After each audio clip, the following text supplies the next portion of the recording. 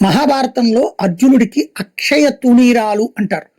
అంటే మిగతా కర్ణుడా లేకపోతే వీళ్ళందరూ కూడా బాణంతో పాటు కొన్ని బాణాలు, కొన్ని ఏది విల్లు బాణాలు పక్కన తెచ్చుకోవాలి. ఇంకొక బండిలో తెచ్చుకోవాలి. అర్జునుడికి అది అక్కర్లేదు.